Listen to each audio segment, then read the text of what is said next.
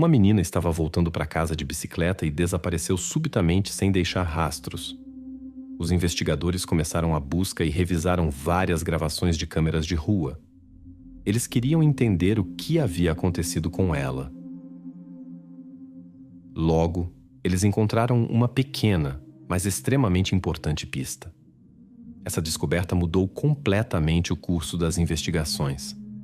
Quando a verdade finalmente veio à tona, milhares de pessoas ficaram profundamente surpresas com os acontecimentos. Mickey Shuney nasceu em 21 de maio de 1990 em Lafayette, Louisiana. Ela cresceu em uma família estruturada. Seu pai trabalhava como cientista na indústria do petróleo, enquanto sua mãe cuidava da casa e das crianças. Mickey tinha uma irmã mais velha, que era tão parecida com ela que às vezes eram confundidas como gêmeas. Na infância, as irmãs brigavam muito, mas à medida que cresceram, ficaram mais próximas. Mais tarde, nasceu um irmão mais novo, de quem as meninas, junto com sua mãe, cuidavam carinhosamente. Mickey era alegre, embora um pouco tímida. Ela amava animais, especialmente cavalos, e tentava passar o máximo de tempo possível com eles. Outra paixão de Mickey era a bicicleta. Ela se movia frequentemente pela cidade com ela. Após a escola, Mickey se matriculou na Universidade de Louisiana em antropologia, que ficava em sua cidade natal. Por isso, continuou morando com seus pais. Em maio de 2012, quando Mickey tinha 21 anos, ela estava em seu último ano de estudos e se preparava para a formatura. Ela estava muito animada para seu próximo aniversário.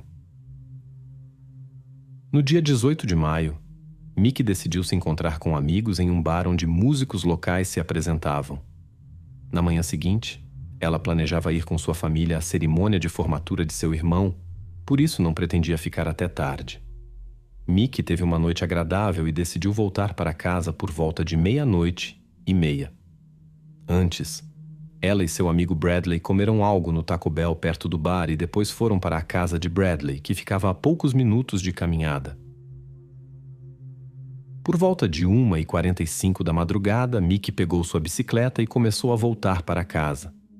Na manhã seguinte, enquanto a família se preparava para a cerimônia de formatura, perceberam que Mickey não havia voltado. Seu quarto estava vazio e a bicicleta não estava em lugar nenhum. Os pais pensaram que ela tinha dormido na casa de uma amiga e iria diretamente para a escola de seu irmão. Eles lhe enviaram uma mensagem, mas não receberam resposta. Quando Mickey não apareceu na escola, seus familiares começaram a se preocupar seriamente. Ela era muito responsável e dificilmente teria perdido um evento tão importante sem uma razão válida. Quando voltaram para casa após a cerimônia de formatura, perceberam que Mickey ainda não havia voltado. As tentativas de contatá-la por telefone foram infrutíferas. Os pais ligaram para todos que haviam visto Mickey naquela noite, mas isso não trouxe clareza. Finalmente, por volta das 17 horas, decidiram entrar em contato com os investigadores. Quando Mickey não voltou para casa, apesar de sua idade adulta, a polícia iniciou imediatamente a busca. Primeiro, interrogaram os amigos com quem ela esteve no bar. Ao saberem que a jovem tinha ido para a casa de Brett, os investigadores foram até o jovem. Brett contou que Mickey havia saído de sua casa por volta de 2:45 da madrugada. Ele havia lhe oferecido para esperar amigos em comum que ainda estavam chegando, mas ela recusou, mencionando que precisava acordar cedo por causa da formatura de seu irmão. A jovem voltou para casa de bicicleta. Os policiais hesitaram em acreditar na palavra do jovem, já que ele poderia ter sido a última pessoa a ver Mickey. Brett negou qualquer envolvimento e expressou preocupação com o fato de ela estar andando de bicicleta à noite. Embora Mickey não tivesse bebido álcool naquela noite, ela precisaria pedalar mais de 6 quilômetros por ruas escuras. Os investigadores verificaram suas declarações revisando as gravações das câmeras de vigilância ao longo da rota presumida. Depois de muitas horas de visualização, eles notaram Mickey às 2:47 da manhã perto da casa de Brett. E um minuto depois ela foi capturada por outra câmera. Outras gravações não foram encontradas, mas isso foi suficiente para confirmar a história de seu amigo. Ao verificar os dados do telefone de Mickey, a polícia descobriu que ela havia usado o aparelho poucos minutos antes de sair da casa de Brett para falar com outro conhecido. Enquanto isso, parentes e amigos de Mickey organizaram buscas. Eles investigaram a área ao longo de sua rota presumida, distribuíram e colaram panfletos com informações sobre seu desaparecimento. Eles procuraram sinais de um possível incidente com a bicicleta, mas o primeiro dia não trouxe resultados. Na manhã seguinte, a notícia do desaparecimento de Mickey se espalhou pela cidade. Centenas de moradores preocupados se juntaram à busca. Uma recompensa foi oferecida por informações sobre o paradeiro da jovem e rapidamente subiu para $25 mil. Na busca por Mickey, não apenas as autoridades policiais se envolveram ativamente, mas também seus colegas de universidade. Os investigadores, que tentavam encontrar qualquer pista, voltaram sua atenção para um detalhe incomum nas gravações das câmeras de vigilância. No primeiro vídeo, Mickey estava voltando para casa e à frente dela havia uma caminhonete branca. Poucos segundos depois, na próxima gravação, um veículo semelhante já estava atrás da jovem. Apenas alguns minutos depois, esse carro estava voltando na direção oposta.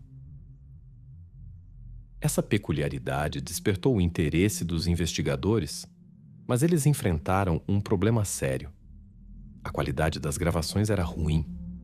Era impossível identificar as placas.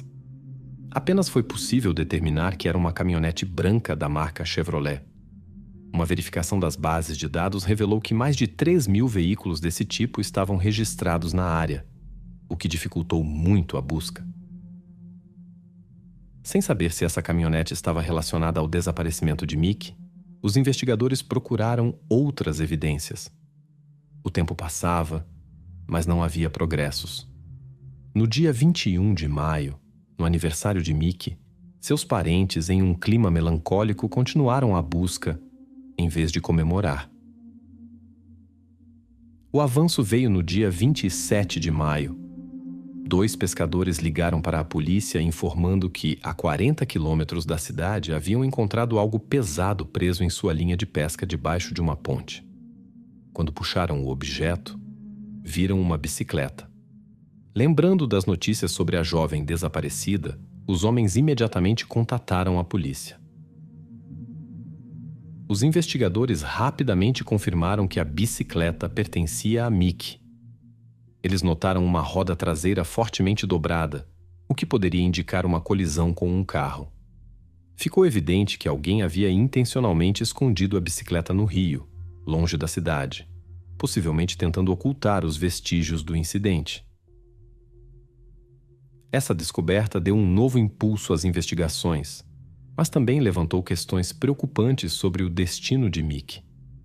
Apesar de todos os esforços da família e dos investigadores, muitos detalhes dessa história ainda permanecem obscuros.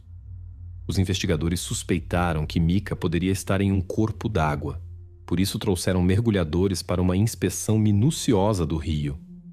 Infelizmente, essas buscas não trouxeram resultados. Durante toda a investigação, as autoridades receberam várias denúncias de cidadãos. Desde o início, a polícia divulgou a imagem de uma caminhonete branca capturada por uma câmera de segurança e pediu ajuda para identificar o motorista. Uma das denúncias mencionava um certo Rocky, supostamente o proprietário de um veículo semelhante. O denunciante afirmou que Rocky havia cometido várias infrações por dirigir embriagado e que aguardava um julgamento por ter atropelado um pedestre. Uma verificação revelou que essa informação era falsa. Mais tarde, os investigadores receberam 2 ligações importantes. Ambos os interlocutores mencionaram o mesmo nome, Brandon Laverne. A primeira ligação veio do futuro sogro de Brandon. Ele relatou que o jovem havia desaparecido por alguns dias a partir do dia 19 de maio e, quando voltou, havia sinais de algum incidente em seu corpo. Quando questionado sobre o ocorrido, Brandon disse que havia sido atacado em um posto de gasolina em Nova Orleans. A testemunha acrescentou que Brandon possuía uma caminhonete Chevrolet branca. Embora ele não tenha visto o homem voltando para casa, notou algo estranho. Brandon jogou sua camisa em uma lixeira e ela estava com manchas suspeitas. Essa informação levou os investigadores a examinar mais de perto a possível ligação de Brandon com o desaparecimento de Micah. No entanto, eles entenderam que todos os fatos precisavam ser cuidadosamente verificados antes de tirar qualquer conclusão. A próxima ligação veio de um funcionário de uma concessionária de automóveis. Ele informou que Brandon havia aparecido no fim de semana para comprar uma nova caminhonete. O homem explicou sua visita dizendo que seu carro anterior havia sido supostamente roubado. Durante a conversa com o funcionário, começou um noticiário na televisão sobre o desaparecimento de Micah, e Brandon ficou visivelmente nervoso. Quando as autoridades juntaram essas informações, ficaram imediatamente interessadas nessa pessoa. Descobriram rapidamente que o homem de 35 anos morava em uma pequena cidade a cerca de 1h30 de Lafayette e trabalhava como mecânico. Ele também havia comprado uma nova caminhonete branca da mesma marca poucos dias após o incidente. Mas o mais importante era que Brandon tinha um histórico criminal devido a infrações anteriores. No ano de 2001, ele foi condenado por um crime grave e recebeu uma sentença de 10 anos de prisão. Ele também foi suspeito de estar envolvido no desaparecimento de outra jovem mulher em 1999, mas sua culpa não pôde ser comprovada. 6 meses após esse incidente, o homem se casou e teve uma filha. No entanto, Brandon tornou-se agressivo com sua esposa, o que a levou a pedir o divórcio e obter uma ordem judicial contra seu ex-marido. Depois de saber de tudo isso, os investigadores decidiram verificar a história de Brandon sobre o assalto. Graças à descrição detalhada de seu futuro sogro, eles puderam identificar o posto de gasolina exato onde o homem supostamente foi atacado. No entanto, nem as câmeras de segurança nem os funcionários confirmaram sua história. Em seguida, os policiais decidiram falar com a irmã de Brandon, e ela lhes contou uma história muito estranha. Segundo ela, seu irmão havia pedido para que ela o seguisse em um segundo carro até o Texas, pois seu veículo supostamente estava envolvido em um incidente, e ele precisava se livrar dele urgentemente. Quando chegaram a um local isolado, Brandon cobriu sua caminhonete com combustível e ateou fogo nela. Depois entrou no carro de sua irmã e eles foram embora. A mulher tentou descobrir o que estava acontecendo, mas seu irmão permaneceu em silêncio. Em vez disso, ele pediu que ela não contasse a ninguém sobre o incidente e exigiu que, caso fosse interrogada pela polícia, ela dissesse que Brandon estava dormindo em casa na noite de 19 de maio e que ela poderia confirmar isso. A irmã concordou, em troca de Brandon perdoar uma dívida de $300. Apesar disso, os investigadores rapidamente conseguiram uma confissão da mulher, insinuando possíveis acusações de cumplicidade. Ela indicou o local onde haviam descartado a caminhonete. A polícia realmente encontrou os restos do veículo, mas infelizmente, o fogo havia destruído a maioria das possíveis provas. Ainda assim, os especialistas conseguiram reconstruir a placa do carro e confirmaram que o veículo pertencia a Brandon. Isso permitiu que a polícia utilizasse as gravações das câmeras de trânsito. Eles descobriram que Brandon estava em Lafayette naquela noite e foi capturado por uma câmera por volta das 17 horas. A gravação revelou um detalhe importante.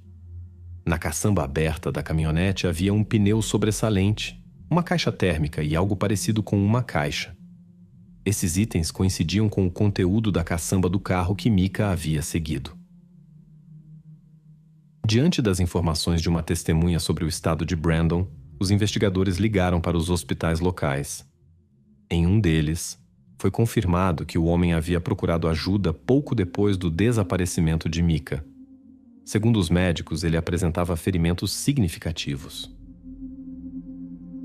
Os fatos coletados contradiziam claramente a história do assalto e da viagem para outra cidade que Brandon havia contado a um parente. A polícia confirmou sua presença em Lafayette na noite do desaparecimento de Micah. No entanto, os investigadores sabiam que isso não era suficiente para apresentar uma acusação. A caminhonete onde poderiam estar provas importantes havia sido destruída e o paradeiro de Micah continuava desconhecido. Com medo de assustar o suspeito com uma prisão ou interrogatório prematuro, os investigadores procuraram outro pretexto para prendê-lo. Eles entenderam que Brandon poderia desaparecer se descobrisse as suspeitas contra ele. Revelou-se que este homem já havia violado a lei no ano 2000 ao não se registrar em seu local de residência, como exigiam os regulamentos especiais. Os investigadores agiram com muito cuidado. Primeiro, colocaram discretamente um rastreador em seu carro e pediram a um policial para pará-lo para verificar os documentos e prendê-lo por violação. Enquanto Brandon estava sob vigilância das autoridades, os investigadores no caso de Mickey finalmente puderam interrogá-lo.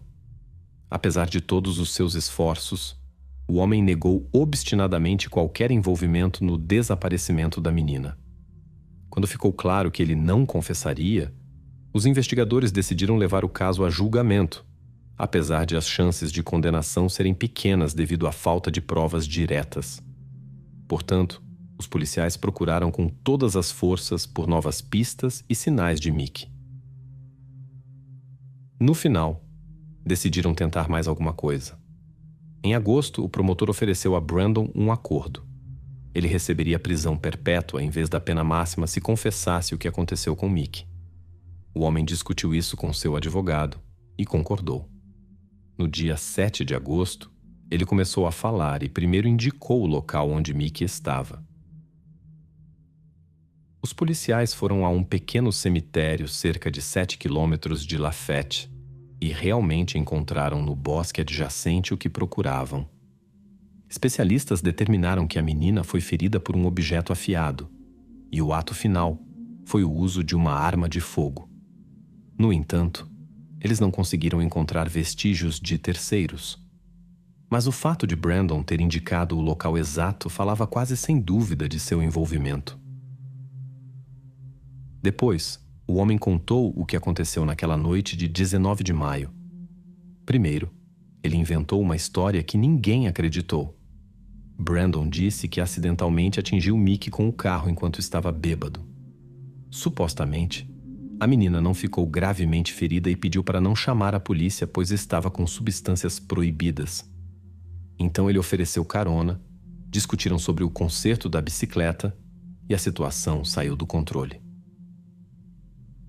Os investigadores pediram para ele dizer a verdade, senão não haveria acordo. Quando Brandon percebeu que não escaparia, ele começou a falar. Segundo suas palavras, ele notou Mickey, fez uma curva e a atropelou intencionalmente com sua caminhonete. Ele não explicou por que fez isso, mas os investigadores suspeitaram de más intenções. A menina caiu e Brandon a arrastou junto com a bicicleta para dentro do carro. No entanto, Mickey logo recobrou a consciência e tentou ligar para o serviço de emergência. O agressor a ameaçou, mas a menina tinha um spray de pimenta. Ela o usou, mas o homem tirou o spray de sua mão. Nesse momento, Mickey conseguiu pegar a faca dele e desferir vários golpes. Brandon conseguiu desarmar Mickey. No entanto, a situação rapidamente saiu do controle e, como resultado, Mickey foi gravemente ferida. Brandon, acreditando que tudo tinha terminado, saiu da cidade para apagar os rastros do incidente. Mas o destino tinha outros planos. Após cerca de 40 minutos de viagem, quando Brandon parou em um lugar deserto, o incrível aconteceu. Mickey de repente recobrou a consciência e tentou se defender com uma força de vontade incrível. No decorrer da luta, Brandon sofreu vários ferimentos, mas conseguiu dominar Mickey. Esse incidente teve um forte impacto em Brandon. Ele queria apagar os rastros do ocorrido, mas logo percebeu que mal conseguia ficar de pé. Portanto, decidiu voltar para casa e deixou Mickey no carro. Em casa, ele tentou fazer os primeiros socorros. Mais tarde, Brandon voltou ao local onde Mick seria encontrada mais tarde. No entanto, devido aos seus ferimentos, ele não conseguiu terminar o que planejava. Sentindo que poderia perder a consciência, ele deixou Mick nos arbustos e voltou para casa novamente. Ciente de seu estado grave, Brandon ligou para um amigo e pediu para ser levado a um hospital em New Orleans para não chamar a si a atenção das autoridades locais. Lá, ele contou aos médicos uma história inventada sobre as causas de seus ferimentos e eles lhe prestaram a ajuda necessária. Depois de voltar para casa, Brandon se livrou de alguns objetos. Então, ele foi para uma área arborizada perto do cemitério onde tinha deixado Mick. Como combinado, o homem também relatou um incidente com outra jovem em 1999, no qual ele já havia sido suspeito. Brandon contou como conheceu Lisa e sugeriu que fizessem uma viagem ao campo. Depois de passarem alguns dias juntos, a jovem queria voltar, mas Brandon era contra. Quando ela tentou pegar as chaves, houve um conflito, e como resultado, Lisa ficou em uma situação difícil. Mais tarde, Brandon a levou para um local remoto. Sua descrição coincidia com as provas existentes e o local onde Lisa foi encontrada. Após sua confissão, Brandon foi enviado para uma avaliação psicológica. Em conversa com o especialista, descobriu-se que seu pai adotivo muitas vezes usava violência durante sua infância e a babá cometia atos inadequados. Desde a juventude, Brandon foi diagnosticado com depressão e tendência à agressão. Ele começou a abusar de álcool e substâncias proibidas, o que agravou sua condição. Mesmo assim, o especialista concluiu que o homem estava ciente de suas ações e podia ser responsabilizado. No dia 17 de agosto, Brandon recebeu 2 penas de prisão perpétua pelos incidentes com Mick e Lisa, sem possibilidade de liberdade condicional. Desde então, ele apelou várias vezes, tentando mudar a sentença. Em 2019, ele tentou sem sucesso sair do local de sua prisão. Até hoje, o homem tenta convencer o público de que não é tão ruim quanto a mídia o retrata e que merece uma segunda chance. Quando a história de Brandon veio a público, ela atraiu ainda mais atenção. Como Mick lutou, impressionou muitas pessoas ao redor do mundo. Ela quase conseguiu parar uma pessoa fisicamente superior, mas infelizmente, o desfecho foi trágico. A querida mãe desapareceu alguns dias após seu aniversário. A família tinha certeza de que ela não poderia simplesmente desaparecer. No entanto, o seu desaparecimento levou à revelação dos segredos mais sombrios da família. Ao sul de Fayetteville, Carolina do Norte, fica a pequena e aconchegante cidade de Hope Mills. Em 1987, Edward Dean Williams e seu segundo marido comemoraram o nascimento de sua filha Tabitha. 2 anos depois, nasceu sua segunda filha, Anne. Edward Dean também tinha um filho, Terry, que ela teve em seu primeiro e breve casamento difícil. Após o divórcio, o pai de Terry desapareceu de sua vida. Terry cresceu inteligente e forte, e suas irmãs o admiravam. Para elas, ele sempre foi um modelo. Edward Dean sempre colocou seus filhos em primeiro lugar e estava disposta a fazer qualquer coisa por eles. Ela os ensinou a perseguir seus objetivos e a serem independentes. Embora estivesse orgulhosa de todos os seus filhos, ela frequentemente destacava as conquistas de Terry. Edward Dean tinha uma relação maravilhosa com seu irmão mais velho, Robert, que era uma pessoa muito reservada e tranquila. Robert estava sempre disposto a cuidar das crianças e a apoiar sua irmã nos momentos difíceis. O segundo casamento de Edward Dean não durou muito, e após o divórcio, ela decidiu não se envolver mais em relacionamentos. Mas o encontro com Michael Williams mudou tudo. Edward Dean conheceu Michael através de seu irmão Robert, com quem Michael serviu no exército. Michael era bondoso e paciente, e após 2 casamentos fracassados, ele se tornou o melhor homem de sua vida. Edward Dean e Michael se casaram no dia 6 de agosto de 1999. Após o casamento, os filhos de Edward Dean não aceitaram Michael imediatamente. Com o tempo, no entanto, ele conseguiu conquistar a confiança e o afeto deles. Este casamento foi muito feliz. Michael estava sempre disposto a ir te ajudar, cuidava das crianças e nunca lhes negava nada. Ele era completamente diferente dos homens com quem Edward Dean havia se relacionado anteriormente. Com Michael, ela se sentia segura. Michael cuidava sozinho da família, e Edward Dean não precisava mais trabalhar em 3 empregos ao mesmo tempo, como antes. Ela estava sempre sorrindo e era muito feliz com Michael. Alguns anos depois, Anne e Tabitha terminaram o ensino médio. Terry ingressou na academia naval e toda a família ficou feliz com sua decisão. Eles acreditavam que ele tinha um futuro brilhante pela frente. Em março de 2010, Edward Dean recebeu a triste notícia. Seu amado marido Michael foi diagnosticado com uma doença grave.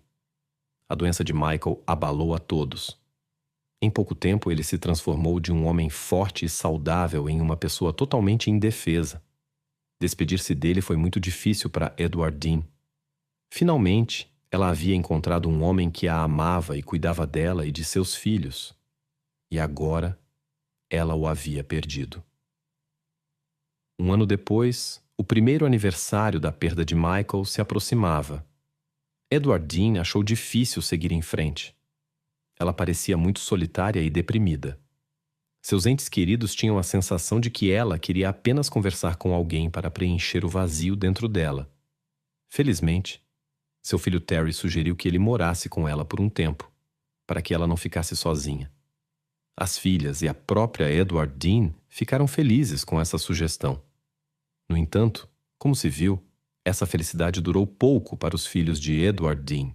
No 1º de dezembro de 2011, a filha mais velha de Edward Dean Williams, enquanto pendurava a roupa do lado de fora, de repente ouviu o toque de um telefone celular.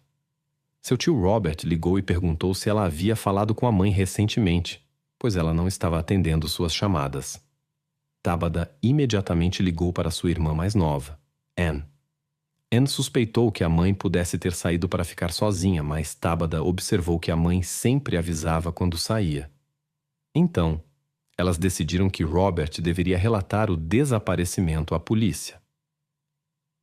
No 4 de dezembro de 2011, um policial de patrulha notou um carro abandonado na beira da estrada.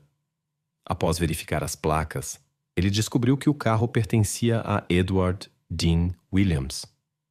O carro estava a 5 quilômetros de sua casa, mas Edward Dean não estava em lugar nenhum. O policial chamou os investigadores para a cena. O carro não estava trancado, e no painel havia um telefone com uma mensagem aberta de seu irmão Robert. Se você está lendo isso, por favor, ligue. Estamos preocupados. A 30 metros de distância do carro, os investigadores encontraram uma bolsa amarrada a uma árvore pertencente a Edward Dean. Dentro, havia sua carteira de motorista, um talão de cheques e mais de $3.000 em dinheiro. A polícia também descobriu que a chave do carro estava desaparecida. Obviamente, a pessoa que estava ao volante levou a chave com ela. Robert, o irmão de Edward Dean, foi chamado ao local onde o carro foi encontrado. Os investigadores notaram suas inúmeras ligações e mensagens, o que sugeria que ele suspeitava de algo. Robert relatou que Edward Dean não respondia às suas ligações há cerca de uma semana e que ele não sabia onde ela poderia estar. No entanto, ele não havia registrado um boletim de ocorrência, o que pareceu estranho à polícia. Robert também mencionou que Edward Dean morava nas proximidades, junto com seu filho Terry, que talvez soubesse onde ela estava. Após o início do caso do desaparecimento de Edward Dean Williams, os investigadores chamaram Terry para interrogatório na esperança de descobrir o paradeiro de sua mãe. Terry disse que viu sua mãe pela última vez há cerca de uma semana. Ela mencionou que iria sair da cidade por 1 ou 2 dias, mas não disse exatamente para onde.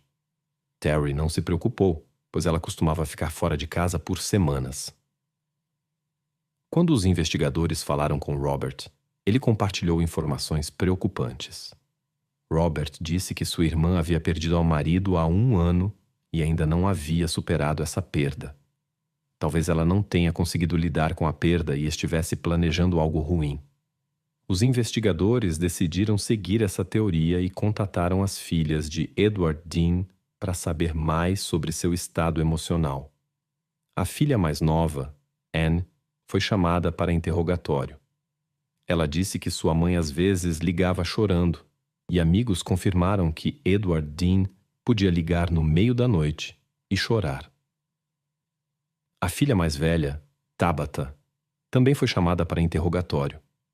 Tabitha imediatamente rejeitou a ideia de que sua mãe poderia estar planejando algo ruim. Ela morava nas proximidades e via sua mãe com frequência. Tabitha disse que sua mãe estava muito ansiosa pela formatura dela e não poderia simplesmente desaparecer. Se Edward Dean tivesse planejado sair por um curto período, ela com certeza teria avisado sua filha. Desde o início, os investigadores suspeitaram de Robert, o irmão de Edward Dean. Eles perguntaram a Tabitha se seu tio poderia estar envolvido no desaparecimento de sua mãe, mas ela rejeitou essa possibilidade de forma categórica.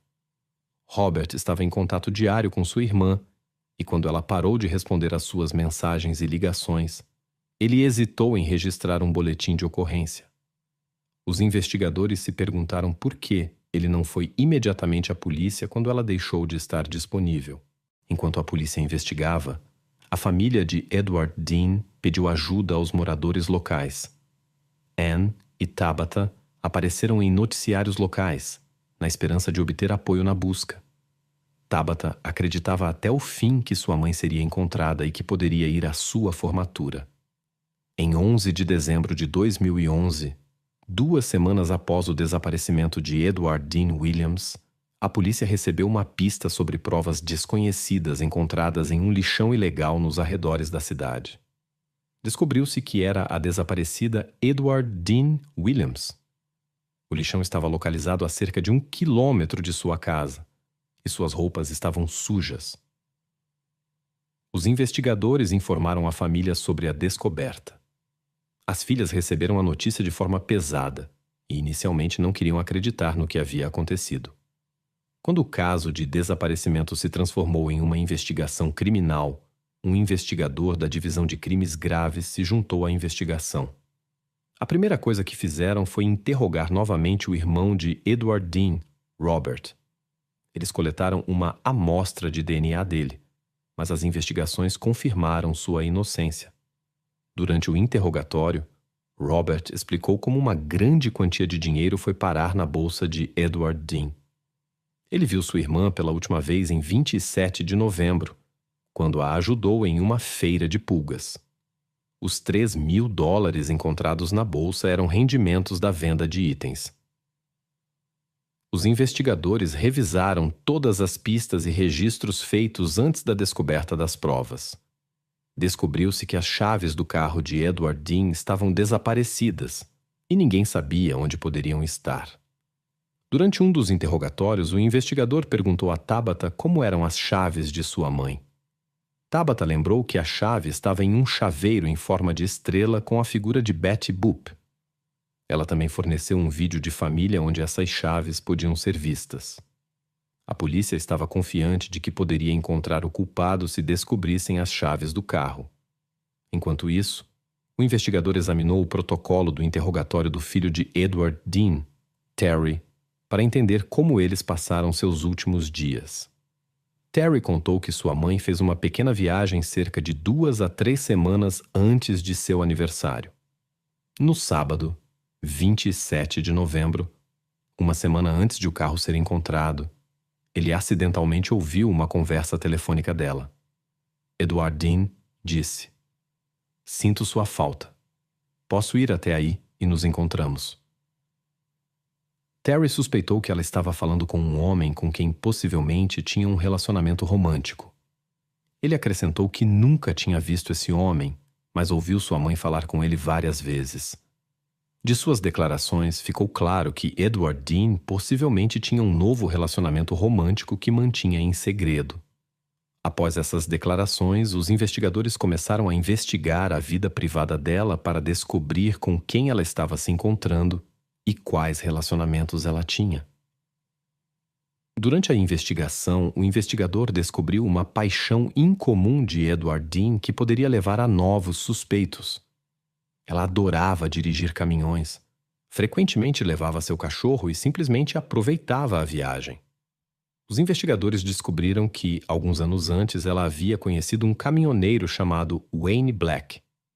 Embora estivesse casada com Michael na época, Edward Dean e Wayne se tornaram amigos próximos. Seus filhos desaprovavam essa amizade, pois achavam estranho que sua mãe fizesse novos amigos enquanto seu marido Michael estava no trabalho. No entanto, as filhas de Edward Dean recorreram a Wayne Black em busca de ajuda quando sua mãe desapareceu. Black, no entanto, disse que não tinha contato com Edward Dean e que não ajudaria na busca, o que pareceu estranho para as filhas. Elas o consideravam o melhor amigo de sua mãe e suspeitaram que havia mais entre eles. Os investigadores suspeitaram que poderia haver um relacionamento romântico entre Wayne Black e Edward Dean e o convidaram para um interrogatório para descobrir quando e onde tiveram o último contato. Os investigadores ficaram surpresos com a confissão de Wayne durante o interrogatório. Ele relatou que viu Edward Dean na noite anterior ao seu desaparecimento. Eles estavam juntos em um show na cidade de Florence, Carolina do Sul. Após o show, Edward Dean voltou para casa. Por volta da 1 da manhã, ela ligou para Wayne Black e disse que estava em casa, descansando na cama com seus cães. Ela lhe agradeceu pelo ótimo dia e disse que não se sentia tão bem há muito tempo. Então, eles se despediram. Wayne contou aos investigadores que, após o show, ele saiu da cidade por questões de negócios e não voltou para a Carolina do Norte. Ele apresentou seu diário de bordo, coordenadas de GPS e dados de movimento. As investigações não encontraram evidências de um relacionamento romântico entre Wayne Black e Edward Dean, apenas amizade. Wayne Black foi retirado da lista de suspeitos. Ele também apontou um novo possível suspeito para a polícia: o segundo marido de Edward Dean e pai de suas duas filhas, Anne e Tabitha. O segundo casamento de Edward Dean foi difícil. Seu marido era autoritário e acreditava que todos deveriam obedecê-lo. Conflitos e discussões constantes marcavam a vida familiar, o que afetava a educação dos filhos. Ele estava particularmente irritado com o filho de Edward Dean, Terry, a quem considerava um mal-criado e queria educá-lo à sua maneira. Ele não queria que Terry morasse com eles e falava sobre isso com Edward Dean todos os dias. Ela tentava mediar entre eles e se desculpar com o filho. Após cada conflito, Terry pedia para sua mãe deixar seu marido, mas ela permanecia a cada vez. Edward Dean acreditava que poderia mudar o homem para melhor, mas no final, seu casamento terminou em divórcio, quando as meninas ainda eram pequenas. Após se mudar para outra cidade e se casar novamente, Edward Dean ainda se sentia culpada em relação a Terry. O investigador decidiu descobrir se o ex-marido de Williams poderia estar envolvido no incidente. Mas a investigação revelou que o segundo marido não poderia ser culpado. Ele estava sempre no trabalho e seu paradeiro era conhecido.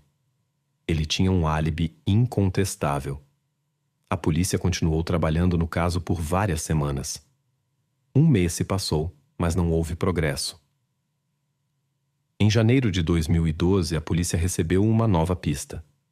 Edward Dean estava trabalhando em sua dissertação na faculdade local, e sua orientadora relatou uma conversa preocupante que tiveram pouco antes de seu desaparecimento. Descobriu-se que Edward Dean estava preocupada com a possibilidade de seu filho se mudar para sua casa. Os investigadores queriam descobrir por que ela estava tão preocupada com o retorno de seu filho. A polícia entrevistou pessoas próximas a Terry, incluindo sua ex-esposa Tara Kennedy. Tara contou que a vida familiar com Terry era muito problemática. Ela notou seu ciúme e agressão quando ela conversava com outros homens. Tara acreditava que problemas nos relacionamentos com sua mãe e seu padrasto influenciaram Terry e o tornaram violento. A polícia voltou à casa de Edward Dean Williams para uma nova busca. Quando chegaram, Os investigadores viram que Terry estava queimando coisas no quintal. Ele também havia destruído documentos importantes e itens relacionados a Michael Williams. Isso levantou suspeitas da polícia. Terry não gostava de Michael e tentava se livrar de suas coisas. Durante a busca na casa, os investigadores encontraram as chaves do carro de Williams. Elas só poderiam estar lá se ele mesmo as tivesse levado. Terry foi preso, mas se recusou a cooperar com os investigadores e permaneceu em silêncio. A polícia suspeitou que no dia 28 de novembro, um conflito entre Williams e Terry levou à tragédia. Terry então decidiu eliminar as provas, entrou no carro e o dirigiu para 5 quilômetros de distância da casa para confundir os investigadores. As irmãs de Terry, Anne e Tabitha, ficaram chocadas com sua ação. No tribunal, Terry negou sua culpa e afirmou que um dos admiradores de sua mãe era o culpado. Em 23 de novembro de 2015, no dia em que Edward Dean teria completado 54 anos, o júri considerou Terry culpado e o condenou à prisão perpétua. Os familiares de Edward Dean Williams ainda não conseguem acreditar que seu filho Terry, que parecia tão amável, pudesse fazer algo assim. Na periferia de uma grande cidade, onde uma estrada movimentada conecta o centro aos subúrbios, ocorre um evento misterioso. Médicos que estão desempenhando suas funções notam algo incomum na saída da rodovia 476. Lá, um carro está parado, como se tivesse sido abandonado às pressas. O motor está ligado, os faróis acesos, o rádio tocando. A porta do motorista está aberta, mas não há ninguém dentro. Essa cena alarma os testemunhos aleatórios e logo a polícia chega. Enquanto investigam a cena do crime, eles descobrem alguns detalhes perturbadores. Na frente do carro, no asfalto, há uma mancha que ainda não secou e de origem desconhecida. Perto dali, há uma pedra com as mesmas marcas. Marcas semelhantes também são encontradas na cerca ao lado do carro. O especialista na análise dessas cenas, Dale Jagger, suspeita que o dono do carro encontrou dificuldades inesperadas. Segundo ele, tudo aconteceu muito rápido. Alguém atacou o motorista de surpresa e depois desapareceu rapidamente com ele. Além disso, os investigadores descobrem e fotografam uma marca de pneu ao lado do carro. Essa pista pode se tornar uma prova importante na investigação. O especialista em provas faz uma cópia de um detalhe importante que é enviada para investigação adicional no laboratório regional. O veículo está registrado em nome de Gail Willard, mas naquela noite foi conduzido por sua filha, a jovem Amy Willard, de 22 anos, uma atleta promissora da Universidade George Mason, na Virgínia. Amy estava visitando sua família, que mora perto do local onde o veículo foi encontrado. Amy disse à mãe que queria visitar um local chamado Smokey Joe. Segundo uma amiga, Amy saiu do bar sozinha por volta de 1h30 da noite. Gail Willard, sua mãe, notou que sua filha nunca tinha estado antes no Smokey Joe e que durante suas visitas em casa, raramente saía, preferindo passar tempo com a família. O estado do veículo leva os investigadores a considerar um possível incidente na estrada. Enquanto Gail Willard inspeciona o carro, ela nota danos novos no para-choque traseiro que não estavam lá antes da viagem de Amy. A mulher imediatamente informa isso à polícia. Suspeita-se que possa ter ocorrido uma colisão com outro veículo na interseção onde Amy pretendia sair da rodovia 476 para a primeira rua. De acordo com essa versão, Amy poderia ter parado no acostamento para trocar informações, e foi então que essa situação misteriosa ocorreu. Na manhã seguinte, cerca de 1 quilômetro do local onde o carro foi encontrado, foram encontradas roupas e sapatos. Os policiais levaram as descobertas imediatamente à mãe de Amy para identificação, e a mulher confirmou que as roupas pertenciam à sua filha. O que é surpreendente é que nas roupas encontradas não havia sinais de sujeira. Elas estavam completamente secas, assim como os sapatos. Isso parece estranho às autoridades considerando a recente chuva. Supõe-se que esses itens tenham sido deixados após o veículo ter sido encontrado. Isso sugere que alguém pode ter retornado ao local do crime para eliminar provas. Os investigadores examinam cuidadosamente as gravações das câmeras de vigilância em lojas e caixas eletrônicos perto do bar Smokey Joe, mas Amy não aparece em nenhuma delas. E então, as autoridades recebem uma pista inesperada. O carro de Amy Willard é encontrado abandonado em uma saída de rodovia em um pequeno assentamento. Após Amy Willard perder o contato, a polícia pede ajuda ao público. Um dos que respondem ao chamado é Andrew Buck, de 23 anos. Ele relata que naquela noite estava na rodovia 476 e notou algo suspeito perto do carro dela. A polícia já conhecia Buck. Alguns anos antes, ele foi acusado de se passar por um agente da lei. Segundo testemunhas, Buck ligava a sirene, ordenava que o motorista parasse e mostrava uma identificação. "Você sabe por que eu te parei?" Ele perguntava àqueles que ele parava. Mas, em um desses dias, um dos motoristas o denunciou à polícia. Mas o caso nunca foi a julgamento. Buck imediatamente chama a atenção dos investigadores, que suspeitam que ele possa ter usado um método semelhante com Amy Willard. Segundo Patrick Penn, representante da Procuradoria dos Estados Unidos, é comum que pessoas que cometem atos ilegais voltem ao local do crime. Isso pode estar relacionado à curiosidade ou outros motivos. Criminosos muitas vezes retornam a locais importantes para entender melhor a situação. No caso de Amy Willard, os eventos se desenvolvem rapidamente. Menos de um dia após seu desaparecimento, crianças brincando em um estacionamento abandonado no norte da Filadélfia fazem uma descoberta perturbadora.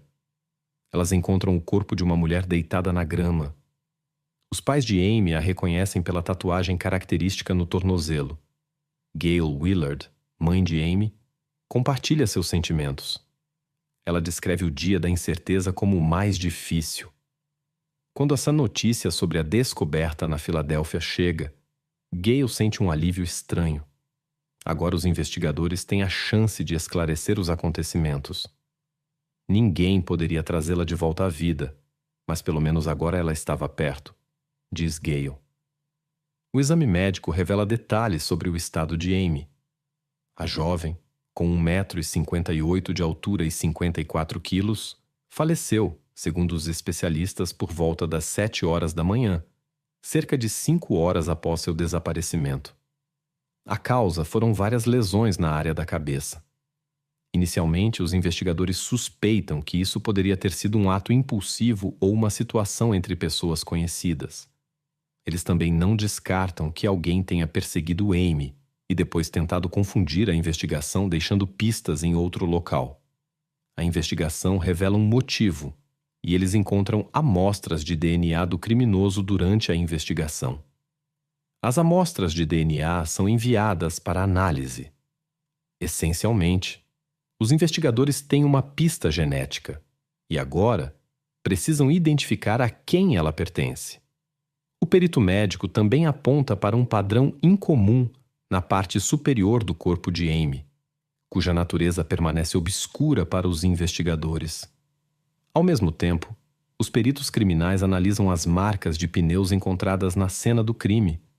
Elas pertencem a pneus Firestone de 13 polegadas, modelo 440, normalmente usados em carros compactos pequenos. O caso do carro de Andrew Buck não traz resultados. Os pneus não correspondem e a busca em sua casa não revela nada. Andrew Buck é oficialmente excluído da lista de suspeitos após a comparação das amostras biológicas. Sem outras pistas, a investigação estagna. Um ano após o triste incidente com Amy Willard, surge um novo caso. Patty Jordan, de 19 anos, relata um comportamento estranho de um motorista na estrada. Segundo ela, um desconhecido a perseguiu depois que ela saiu de uma boate. Quando ela parou em um semáforo, alguém colidiu com seu carro. Assustada, Patty continuou dirigindo sem verificar. O desconhecido tentou forçá-la a parar no acostamento, mas acabou ultrapassando-a, e Patty conseguiu memorizar a placa do carro dele. Descobre-se que o carro pertence a Arthur Omar, de 38 anos, registrado por ele há 20 anos. Em 1978, ele foi condenado em Nevada por um crime grave e sentenciado à prisão perpétua. Surpreendentemente, ele foi libertado após apenas 11 anos. Dale, um especialista em análises criminais, expressa sua incompreensão em relação à decisão da Junta de Liberdade Condicional. Segundo ele, há personalidades que não mudam, e Arthur Bohr é uma delas. Ele tem um histórico de 20 anos de conflitos com a lei, incluindo incidentes envolvendo mulheres. Dale o descreve como alguém que tem uma profunda aversão por mulheres e deseja lhes causar mal. A história desse homem revela seu impulso por autoafirmação e a necessidade de se sentir importante. Investigadores suspeitam que suas ações possam ser uma forma de vingança. A investigação toma um rumo inesperado quando se descobre que no dia do desaparecimento de Amy Willard, a polícia local abordou um andarilho para uma conversa. Isso aconteceu a apenas alguns quarteirões de onde mais tarde foram encontrados vestígios do incidente. Isso desperta o interesse dos investigadores, e eles começam a procurar esse homem para mais esclarecimentos. Mas encontrá-lo se mostra difícil. Um ano após o incidente com Amy Willard, ocorre um roubo de carro na cidade.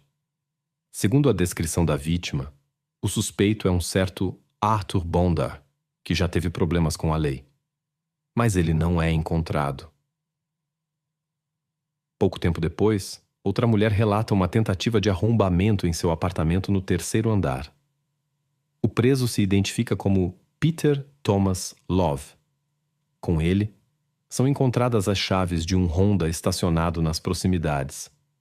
Uma verificação revela que a placa está registrada em nome de Arthur Bohr e pertence a um Ford de 1993. Outras investigações revelam que Peter Thomas Love é um nome falso e que, na verdade, se trata de Arthur Omar. Surge a pergunta: por que a placa de Omar está no Honda e não no seu Ford? A resposta é perturbadora. O carro foi obtido ilegalmente. Ele pertence a Mary Owens, uma residente de 25 anos da cidade, cujo desaparecimento foi relatado por seus familiares há 3 meses. Naquela manhã, Mary deveria ir ao trabalho, mas não apareceu. O caso de Mary Owens levanta muitas questões para a polícia. Eles acreditam que algo aconteceu com a garota enquanto ela dirigia pela rodovia 476, a mesma rodovia onde ocorreu o incidente com Amy Willard anteriormente. Um fato interessante: no porta-malas do carro de Mary, eles encontram vestígios que se assemelham a líquido seco, e no banco da frente há um pequeno animal. Em ambos os para-choques do veículo há pequenos arranhões que se assemelham aos danos no carro de Amy.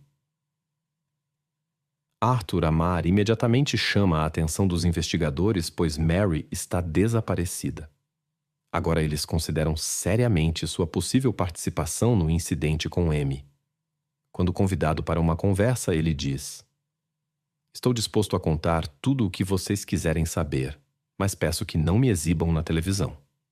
Afinal, nenhuma acusação oficial foi feita contra mim." Arthur Amar afirma que na noite do desaparecimento de Amy, ele estava em uma festa de aniversário e não em um bar. Segundo ele passou o tempo com sua família, embora mais tarde se descubra que era uma mulher com uma criança com quem ele estava se encontrando. No entanto, uma funcionária do bar contradiz isso e afirma tê-lo visto no Smoky Joe naquela mesma noite. Um ano após o incidente com sua filha, Gail Willard, que trabalha como paramédica, pede para ver as fotos dos danos de Amy. Depois de analisar a imagem do que as autoridades chamam de padrão, ela expressa uma opinião diferente. Segundo ela, a marca é irregular e se assemelha a uma impressão. Após receber essas informações, a polícia começa imediatamente a procurar o Ford, o veículo que Arthur estava dirigindo durante o desaparecimento de Amy. No entanto, os resultados da busca são decepcionantes. Detetives mostram persistência e seguem o caminho do caminhão de reboque. Ao contatar a empresa correspondente, eles descobrem a localização do veículo de interesse. Chegando ao local indicado, as autoridades descobrem um Ford verde que ficou quase um ano em um campo ao lado da oficina da empresa de reboque. Essa descoberta representa uma pista potencialmente importante, que ainda não foi submetida a uma investigação minuciosa. Durante a inspeção externa do veículo, são detectados pequenos danos no para-choque dianteiro. Um pneu em particular chama a atenção. Um Firestone de 13 polegadas, modelo 440. Este detalhe se revela extremamente importante, pois corresponde à marca deixada anteriormente na cena do crime. Um perito em vestígios ocultos de uma instituição especializada confirma a correspondência não apenas da marca, modelo e tamanho do pneu, mas também do grau de desgaste. Apesar de o carro ter ficado ao ar livre por muito tempo, sem um teto, o que pode dificultar a busca por pistas, os investigadores não perdem a esperança. Um fato interessante é que o homem associado ao caso trabalhou anteriormente em uma sala de operações, onde pode ter aprendido métodos de limpeza minuciosos. Como nenhuma nova pista foi encontrada na primeira inspeção, os oficiais decidem proceder com mais profundidade. Segundo Alan Stewart, um policial da Pensilvânia, eles literalmente desmontam o veículo, removem os bancos, o carpete e aspiram completamente o interior.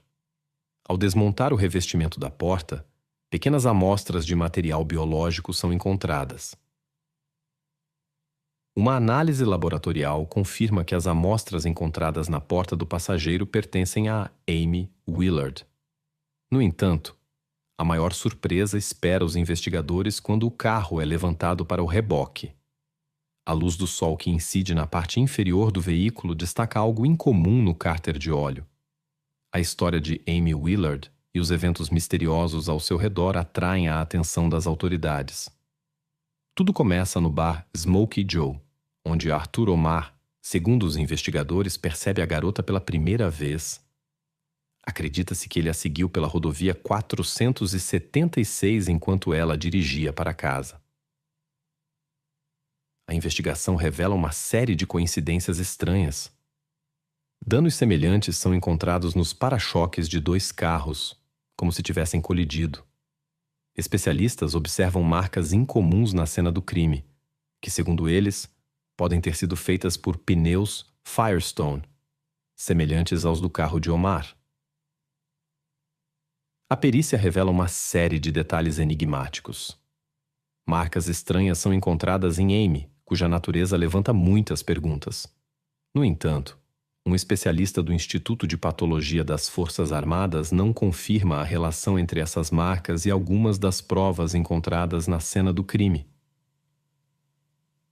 A prova mais convincente são os resultados da análise de DNA. Vestígios biológicos encontrados na cena do crime correspondem ao perfil de DNA de Arthur Omar, o que representa um ponto de virada na investigação. Pouco antes do julgamento, outra descoberta inesperada ocorre. Restos mortais, presumivelmente pertencentes a Mary Owens, são encontrados no condado vizinho de Bucks, na Pensilvânia. Curiosamente, Omar é encontrado dirigindo um carro que pertence a Owens no momento de sua prisão. O local onde os restos foram encontrados está a menos de 30 quilômetros da casa de Omar e 48 quilômetros do lugar onde Amy foi vista pela última vez. O destino de Mary se assemelha à história de Amy. Durante os julgamentos, os advogados de Omar tentam explicar seu comportamento com uma infância difícil e transtornos de desenvolvimento. No decorrer do processo, ocorrem frequentemente situações tensas que exigem a intervenção da segurança devido a explosões emocionais fora da sala de audiência. Os parentes do réu expressam abertamente sua insatisfação com a cobertura da mídia. Seu meio-irmão e sua mãe entram em conflito com os jornalistas que cobrem o julgamento. Finalmente, o tribunal emite uma sentença severa contra Arthur por seus atos. A reação de Omar ao veredito é chocante. Ele se volta para a mãe de Amy e faz gestos inadequados. Suas palavras dirigidas à Sra. Willard e seus filhos causam séria preocupação. Após a conclusão do caso, o promotor Patrick Meehan descreve Arthur como um indivíduo extremamente perigoso, observando que nunca encontrou alguém tão implacável e frio em sua carreira. Gail Willard, a mãe de Amy, expressa na opinião de que Arthur não merece atenção pública e o chama de uma pessoa extremamente desagradável. É notável o papel importante que os métodos científicos desempenharam na investigação. Sem a análise de DNA e outras provas materiais, teria sido muito mais difícil para as autoridades obter resultados neste caso difícil. No dia 29 de dezembro de 2017, uma chamada incomum foi recebida pelo número de emergência 911. O interlocutor, que se apresentou como Sean Farndon, relatou que trabalha como encanador e que encontrou algo entre 5 a 10 quilos que parecia carne em um cano de esgoto. Essa chamada levou a polícia a uma casa na Macmillan Drive, em Varsóvia, Ontário, Canadá. Sean havia feito uma descoberta perturbadora que estava obstruindo o esgoto. Investigações adicionais levaram a polícia a um vizinho, o 45 anos de idade Adam Strong. Surpreendentemente, Strong confessou imediatamente que havia evidências em seu congelador. Essa confissão foi apenas o começo de uma história complexa e sombria que exigiu investigações adicionais. Em 2017, ocorreu um crime chocante em Oshawa que abalou todo o país. Em 11 de setembro, uma descoberta assustadora foi feita no Lago Ontário, perto do porto de Oshawa. Um menino estava pescando com seu avô e notou algo estranho na água. As autoridades chegaram imediatamente ao local, recuperaram evidências e começaram a investigar. Apesar de uma busca minuciosa realizada por mergulhadores, nem todas as partes das evidências foram encontradas. A investigação revelou que os fragmentos encontrados pertenciam a uma mulher, mas a causa do incidente permaneceu incerta. Marcas claras nos fragmentos levaram a polícia a suspeitar que se tratava de um crime premeditado. A ausência de partes dificultou a identificação da pessoa, exigindo uma análise de DNA. Somente em 9 de novembro de 2017, 2 meses após a descoberta, ficou claro que os fragmentos pertenciam a Rory Hodge, uma residente de 18 anos de Oshawa que estava grávida e desapareceu no final de agosto daquele ano. Rory Hodge nasceu em 9 de julho de 1999 e era a favorita de sua mãe, Shannon Dion. Pouco se sabe sobre seu pai, mas alguns parentes tinham a reputação de levar uma vida difícil. Seu avô Bernard, um ex-motociclista, gangster e boxeador, era conhecido como fundador e presidente nacional de um clube de motociclistas. O tio de Rory, Harley, também era membro ativo de outro clube de motociclistas chamado Anjos do Inferno. Apesar de tais conexões familiares, a infância de Rory foi relativamente tranquila. Ela foi descrita como uma garota simpática e inteligente. Além de sua mãe, Rory também era muito próxima de sua madrinha e melhor amiga de Shannon, Christy Melchick. Desde a infância, Rory era uma boa aluna e aos 13 anos recebeu o prestigioso título de Cadete do Ano em sua unidade local do Exército. No entanto, sua vida mudou drasticamente no primeiro ano do ensino médio, quando ela entrou em contato com hábitos prejudiciais que levaram a um vício. Nos anos seguintes, a vida de Rory tornou-se turbulenta. Interesses perigosos ocuparam um lugar importante em sua vida.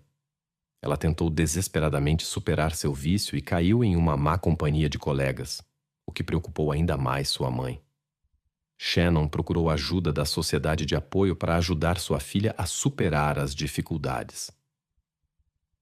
Felizmente, seus esforços foram bem-sucedidos no início de 2017, quando Rory começou a tomar medidas para melhorar sua vida. Ela encontrou um emprego, voltou para a escola e encontrou estabilidade ao se mudar para a casa de seu namorado Tony. Apesar das dificuldades passadas, Rory estava determinada a mudar sua vida e encontrar um caminho melhor para si mesma. Em agosto de 2017, Rory informou sua mãe que estava grávida. Ela queria muito ter o bebê e Shannon a apoiou nessa decisão. No entanto, a mãe não sabia que Rory havia voltado aos seus antigos vícios. Em 28 de agosto, Rory encontrou-se perto de um shopping center com o policial Christopher Kane. Ele havia cuidado da garota por muitos anos e fez de tudo para conectá-la aos serviços sociais para ajudá-la a combater os vícios. Durante a conversa, Rory admitiu que havia voltado a cair em maus hábitos e estava saindo em encontros para pagar por eles. Profundamente preocupado com seu estado, o policial Kane decidiu encontrar serviços sociais adequados para ajudá-la. Infelizmente, Rory desapareceu quando ele voltou. No dia seguinte, 29 de agosto de 2017, amigos e a mãe de Rory a levaram ao hospital após uma deterioração em seu estado mental. Infelizmente, por razões desconhecidas, eles não puderam ficar com ela e saíram após alguns minutos, deixando Rory sozinha. Curiosamente, ela deixou o hospital apenas 15 minutos depois, sem esperar pela assistência médica necessária. Câmeras de vigilância capturaram ela saindo calmamente do hospital. Este foi o último sinal confirmado de vida dela. Desde então, seu paradeiro permaneceu desconhecido.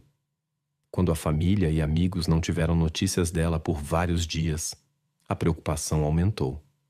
Temendo o pior, eles registraram um boletim de desaparecimento na polícia, o que desencadeou uma busca extensa por toda a cidade. Eles também colaram cartazes com a foto de Rory em todo o bairro. Infelizmente, todas as tentativas de encontrá-la foram infrutíferas, até que o DNA conectou as evidências encontradas em um rio a Rory e confirmou que um crime havia sido cometido na cidade. O caso, no entanto, ainda não estava encerrado. A polícia enfrentava a difícil tarefa de reunir todas as provas restantes e reconstruir o quadro completo dos acontecimentos. Todos esperavam por uma conclusão bem-sucedida das investigações, mas uma reviravolta inesperada superou todas as expectativas. Apenas 2 meses após a descoberta das primeiras pistas, os moradores do andar superior da casa, na Macmillan Drive, 19, começaram a enfrentar problemas constantes de esgoto. A situação piorou tanto que o casal teve que chamar um encanador no dia 29 de dezembro. Não havia entupimento no vaso sanitário do andar superior e os encanadores pediram permissão para entrar no apartamento do vizinho de baixo, Adam Strong, de 45 anos. Quando começaram a trabalhar no andar de baixo, perceberam um cheiro desagradável, estranho e não típico dos odores de esgoto. A situação tornou-se ainda mais preocupante quando Adam ficou nervoso e inquieto. Ele andava de um lado para o outro na sala, observava cada movimento dos encanadores e fazia muitas perguntas. Embora seu comportamento irritasse os trabalhadores, eles tentaram ignorá-lo. Adam explicou seu comportamento dizendo que estava curioso, pois havia tentado resolver o problema sozinho, mas sem sucesso. Talvez os encanadores continuassem ignorando seu comportamento, mas a descoberta que fizeram nos canos mudou tudo. Abalados pelo que haviam descoberto, os encanadores imediatamente procuraram a polícia. Poucos minutos depois, os policiais chegaram ao apartamento. Eles confirmaram que os encanadores realmente haviam encontrado provas importantes do crime.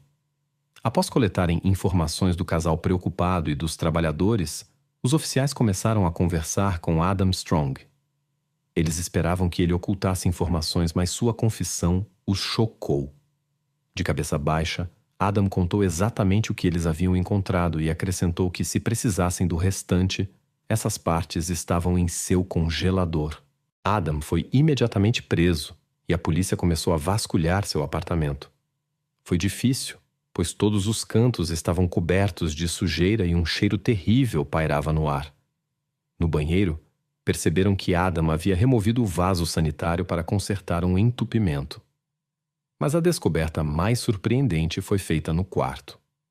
No congelador encontraram provas, incluindo uma tatuagem com a inscrição "Eu Vivo", que Rory Hadj também tinha. Uma análise de DNA adicional confirmou que as provas encontradas estavam realmente ligadas à descoberta recente no rio. Os policiais também notaram que Adam havia construído uma mesa improvisada para seus propósitos. Durante a busca, encontraram muitos objetos estranhos, além de um dispositivo explosivo caseiro que foi desativado antes que pudesse causar danos. No entanto, não foi possível determinar a origem do dispositivo explosivo.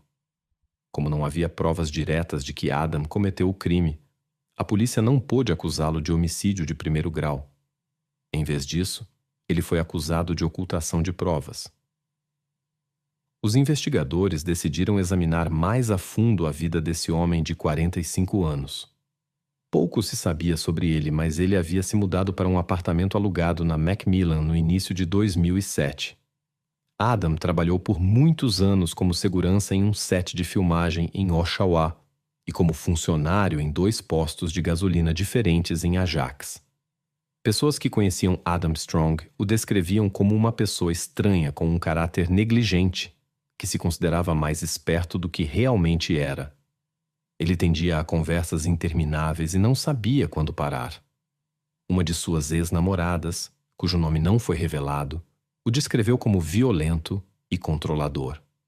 Graças ao depoimento dela, foi possível obter valiosos insights sobre sua psique e lançar luz sobre o mundo sombrio e perturbador em seu apartamento.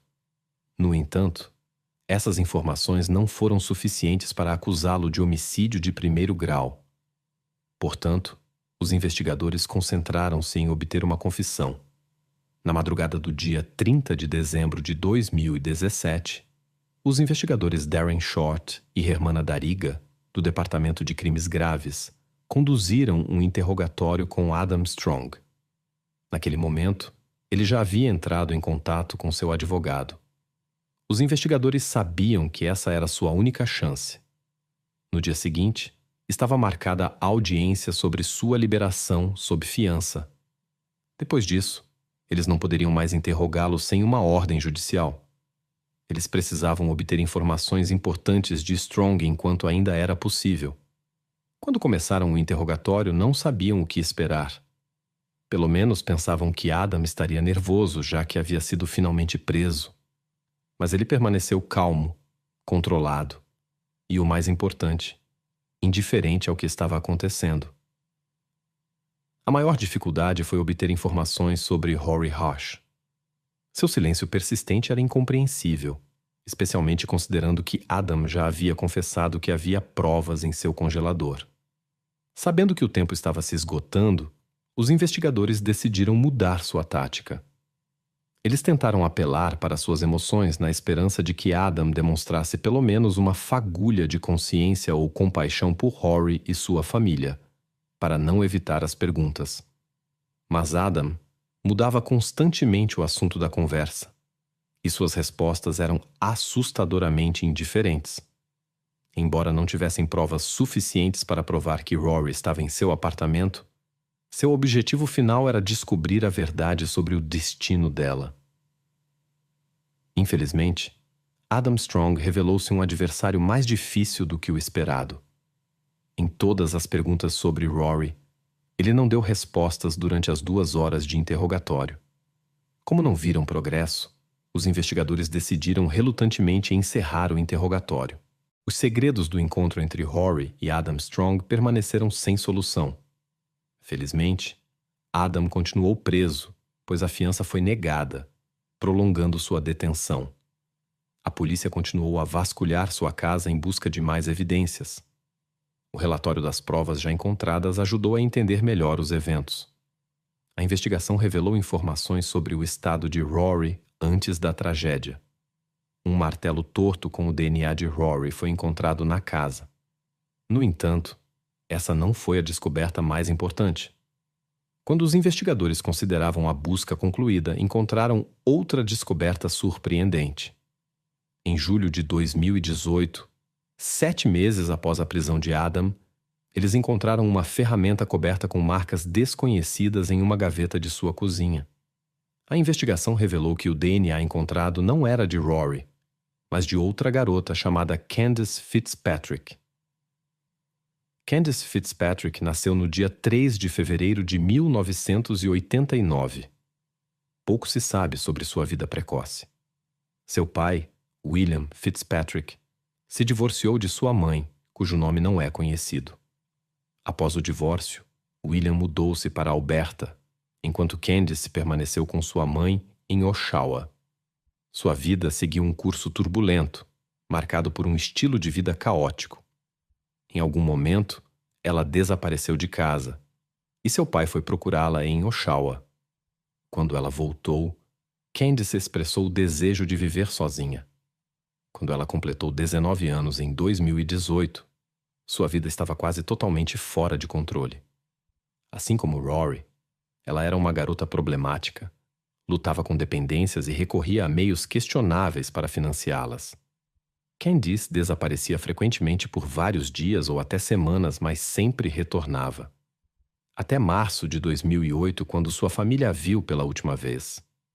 Cada vez mais preocupado com seu desaparecimento, William começou a procurar ativamente por sua filha em toda a cidade.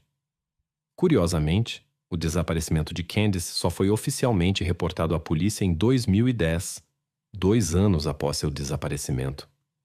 William relatou que em 2008 foi várias vezes à polícia por causa de Candice, mas devido aos seus hábitos e estilo de vida, seu desaparecimento não foi levado a sério. Após 10 anos de incerteza e espera, a família de Candice Fitzpatrick finalmente recebeu as notícias devastadoras que sempre temeram. A semelhança inegável entre essas duas garotas e além de seus caminhos de vida difíceis. Sua aparência também era surpreendentemente semelhante. A ironia do destino é que, apesar dos 10 anos de diferença em seus desaparecimentos, ambas sofreram o mesmo destino, e a mesma pessoa esteve envolvida. Se Adam não tivesse permanecido despercebido por 10 anos após o incidente com Candice, Rory poderia ter evitado esse destino. Evidências no caso de Candice ainda não foram encontradas. Apenas uma pessoa conhecia o segredo dessa história. Os investigadores conseguiram convencer os promotores a retirar as acusações originais contra Adam Strong. Em vez disso, ele foi acusado de um crime capital de primeiro grau tanto por Rory quanto por Candice Fitzpatrick. Isso deu aos investigadores a oportunidade de interrogar Adam novamente. Considerando a importância do momento, a delegacia de polícia chamou o investigador Paul Meeting, conhecido por sua experiência na investigação de casos complexos. Em 18 de novembro de 2018, 11 meses após o primeiro interrogatório, Adam Strong foi interrogado novamente. Este foi o interrogatório mais importante. Para surpresa do investigador Meeting, Adam contou voluntariamente como estava sendo tratado na prisão. O investigador viu isso como um sinal positivo de que Adam estava pelo menos disposto a conversar, mesmo que ainda não tivesse chegado ao cerne da questão. Na esperança de construir confiança e entendimento antes de discutir detalhes sensíveis, o investigador Meeting atendeu ao pedido de Adam por comida. Depois de construir confiança, o investigador Meeting sentiu que era hora de abordar o assunto do caso. Após 10 horas de interrogatório difícil, o investigador conseguiu obter todas as informações necessárias e decidiu encerrar o interrogatório. Em 28 de setembro de 2012, 12 anos após o desaparecimento de Candice e 3 anos após o desaparecimento de Rory, Adam Strong foi julgado pelas 2 acusações. Apesar de todas as provas reunidas contra ele, ele se declarou inocente em ambos os casos. Durante o julgamento, a acusação apresentou cuidadosamente várias provas, incluindo registros de interrogatórios, para sustentar sua versão contra Adam Strong. Embora Adam não tenha revelado detalhes sobre o que aconteceu com Rory durante o interrogatório, A acusação construiu sua teoria com base nas provas existentes. De acordo com sua versão, Adam atraiu Rory para sua casa oferecendo dinheiro por certos serviços. Depois cometeu o crime e começou a esconder as evidências. Dados de celular mostraram que Adam estava na área do rio em 4 de setembro, uma semana antes de as provas serem encontradas em uma pescaria casual, o que aumentou ainda mais o peso das evidências contra ele. A acusação insistiu que o caso de Candace seguia um cenário semelhante. A defesa, por outro lado, negou a participação de Adam no crime, alegando que tudo se devia aos maus hábitos de Rory e que Adam Strong estava apenas tentando eliminar vestígios. No tribunal, Adam tentou se justificar com uma infância difícil. Ele afirmou ter passado por experiências traumáticas quando jovem, que deixaram profundas marcas em sua psique. Embora ele tenha expressado condolências às famílias das mulheres, suas palavras pareceram insinceras. Seu comportamento demonstrou um nível preocupante de indiferença e falta de arrependimento por seus atos. As provas apresentadas no tribunal mostraram claramente que Adam Strong compreendia completamente suas ações e suas consequências. Ficou claro que ele sabia exatamente o que estava fazendo e não tinha remorsos. Na verdade, ele via a prisão como uma saída de uma situação difícil, marcada por solidão e dificuldades financeiras. Adam estava disposto a abrir mão de sua liberdade para obter as necessidades básicas que a prisão poderia oferecer. Em maio de 2021, Adam Strong foi condenado à prisão perpétua. Esta é a pena máxima que pode ser imposta de acordo com as leis do país. Embora as famílias não pudessem recuperar seus entes queridos, sentiram que a justiça havia sido alcançada. Em julho do mesmo ano, Strong forneceu informações valiosas sobre o paradeiro das provas no caso de Candace Fitzpatrick. Com base nessas informações, ele acompanhou a polícia em 4 de novembro de 2021 até a área onde as provas estavam enterradas. Em 8 de novembro, as autoridades finalmente conseguiram encontrar as provas tão aguardadas. Após a análise forense, foi confirmado em 13 de novembro que as descobertas estavam de fato relacionadas ao caso de Candace Fitzpatrick. Em junho de 2022, a polícia descobriu mais evidências no apartamento de Adam. No entanto, os detalhes dessas descobertas permanecem em segredo, pois as investigações ainda estão em andamento. Isso sugere que Adam Strong pode estar envolvido em outros crimes que a polícia ainda precisa desvendar.